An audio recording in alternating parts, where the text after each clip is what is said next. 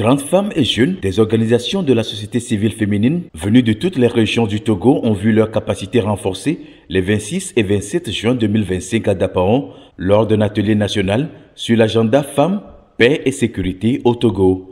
Organisé par le réseau des femmes et développement REFAIDS, l'initiative marque le début effectif du projet Engagement des OSC féminines du Togo à la mise en œuvre de l'agenda submentionné dans les régions de crise et de conflit. Pour le REFAIDS, ce projet financé par Agir ensemble pour les droits humains et l'initiative pour les défenseurs des droits humains dans le monde vise à impliquer davantage ces acteurs et actrices de développement dans la recherche de la paix et de la sécurité selon plusieurs résolutions des Nations Unies, notamment la 1325 et du plan d'action national du Togo pour sa mise en œuvre. Les OSC féminines ne maîtrisent pas le plan d'action national de l'agenda 1325.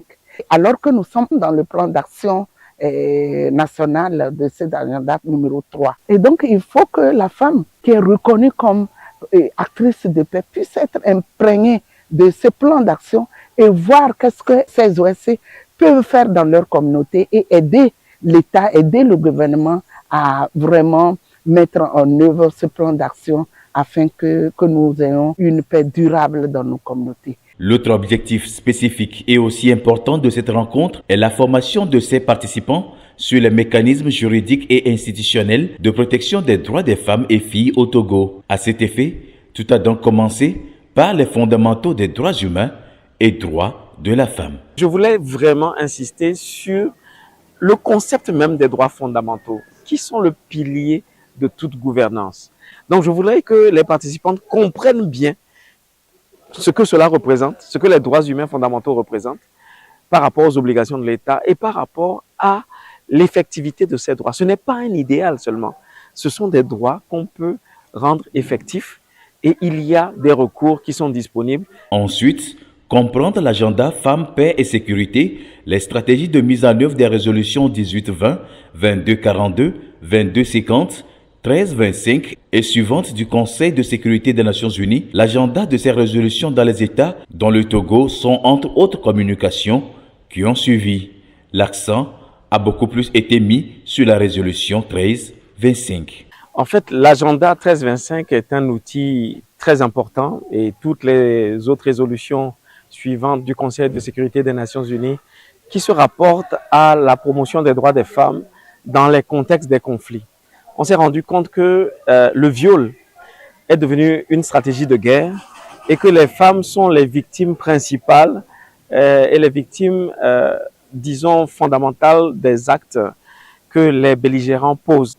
Donc, il est important que les femmes des OSC maîtrisent le contenu de la résolution 1325 et les autres qui concourent à créer du contenu à l'agenda Femmes, Paix et Sécurité et puissent intervenir efficacement en amont et en aval de tout le processus de résolution des conflits, de maintien de la paix et de réintégration des victimes, des survivantes à la vie sociale. De la bonne compréhension des objectifs et axes d'intervention du plan d'action national 3 du Togo à comment déposer une requête individuelle en passant par l'exposition des cas de violation des droits des femmes en période de guerre et ce qui peut être fait en termes de prévention et de dénonciation, les participants semblent être comblés par la richesse du contenu de cet atelier. On est tellement outillés à accompagner nos communautés pour pouvoir aider l'État dans sa politique de lutte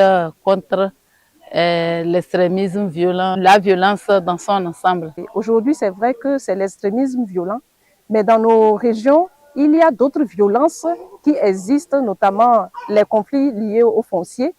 Et je pense que cet atelier de renforcement de capacité va nous permettre maintenant de mieux appréhender les conflits fonciers, par exemple, qui pourront naître dans nos régions. Déjà commencer par avoir des idées d'action, d'activités à soumettre à mon organisation pour qu'on puisse les réaliser, à savoir la restitution de cet atelier. Il faut qu'on puisse vulgariser le contenu des résolutions et du plan d'action national 3. Repartis en 3 groupes de travail pour penser aux pistes d'action à mener après cet atelier, ces acteurs et actrices de paix ont pris des résolutions en formulant également des recommandations contenues dans une déclaration ayant sanctionné les travaux. Ils invitent par exemple les pouvoirs publics à associer étroitement les OSC du Togo à la mise en œuvre du plan d'action national 3. Nous recommandons que le gouvernement initie ou intensifie les actions de prévention des conflits dans toutes les régions du Togo au regard des risques réels d'insécurité qui pèsent sur le territoire national compte tenu des incursions des mouvements d'extrémistes violents dans la région des savanes.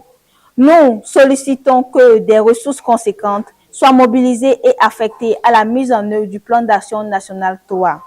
Nous proposons que les cadres d'échange opérationnels entre les pouvoirs publics, les acteurs de la société civile et les partenaires techniques et financiers soient mis en place au niveau régional pour favoriser les échanges d'informations et des réflexions sur les actions idoines à mener pour atteindre les objectifs assignés au plan d'action national numéro 3. Je remercie l'État togolais, je remercie les partenaires Agir Ensemble pour les droits humains, Initiative pour les défenseurs des droits humains dans le monde pour leur accompagnement, pour cet appui financier et technique.